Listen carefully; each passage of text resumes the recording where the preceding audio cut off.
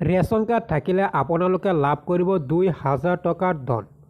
আৰু আপোনালোকৰ বাবে আহি আছে এটা গুৰুত্বপূৰ্ণ আঁচনি। কি কেনেকৈ আঁচনিসমূহ লাভ কৰিব সবিশেষ তথ্য মই আপোনালোকক এইটো খবৰৰ সৈতে জনাই দিম। লাখ লাখ লোকৰ বাবে আজিৰ এই গুৰুত্বপূৰ্ণ খবৰটো লৈ আহিছোঁ। আপোনালোকে ৰেচন কাৰ্ডৰ জৰিয়তে কি নতুন আঁচনি লাভ কৰিব আপোনালোকক ভিডিঅ' দিছোঁ, আপোনালোকে ভিডিঅ'টো শুনি লওক। আজি আকৌ আপোনালোকে এটা লেঠা লগালে নহয় তেলো দিব লাগিব বুলি। আধা লিটাৰ দিলে হ'ব? কিমান, আধা লিটাৰ নে 1 লিটাৰ? 1 লিটাৰ লাগিব। ইছ ভগৱান, কংগ্ৰেছ বিলাকেতো মোক বহুত বেয়া পাব। বেয়া পালেও দিব লাগিব, হয় নে নহয়? দিব লাগিব নে নালাগিব? পাক্কা? ঠিক আছে। এইবাৰ তো 100 টকা দিছে। ইলেকশ্যনৰ পিছত দালি, চেনি আৰু নিমখ 100 টকাও দিব নালাগে, বিনা পইচাত লৈ আহিব আপোনালোকে। আপোনালোকক মোদী ডাঙৰীয়াই চাউল বিনামূলীয়াকৈ দি আছে আৰু আমি আপোনালোকক 100 টকাত 1 কেজি দালি, 1 কেজি চেনি আৰু 1 কেজি নিমখ দি আছো। মোৰ মনটো ইয়াত সন্তুষ্ট হোৱা নাই।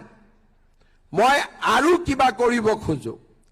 সেইকাৰণে ভগৱানে আৰু বিশেষকৈ আপোনালোকে যদি মোক আশীৰ্বাদ কৰে, অহাবাৰ মোৰ মনত চেষ্টা হ'ব যে আপোনালোকৰ পৰা এটকাও নোলোৱাকৈ চেনি, দালি, নিমখ আৰু মিঠাতেল আপোনালোকৰ হাতত তুলি দিয়া। ভাল হ'বনে বেয়া হ'ব?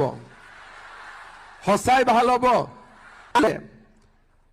লাহেকৈ, নহলে কোনোবাই ক'ব মামা কৈছিলে কৰা নাই। অলপ পিছলৈকে মই আপোনালোকক আধা কেজি চাহপাতো তুলি দিব খোজো, কিন্তু অলপ পিছলৈকে, সোনকালে নহয়। কাৰণ মই কাৰোবাৰ ঘৰত গ'লে চাহ খাব লাগিব নহয়, হয় নে নহয়? হয়, আপোনালোকে গমেই পাইছে। এতিয়া আপোনালোকে কেনেকৈ লাভ কৰিব ২,০০০ টকা। আপোনালোকৰ ৰেচন কাৰ্ড থাকিলে আপোনালোকে ৰেচন কাৰ্ডৰ জৰিয়তে PM কিষাণত আবেদন কৰিব পাৰিব।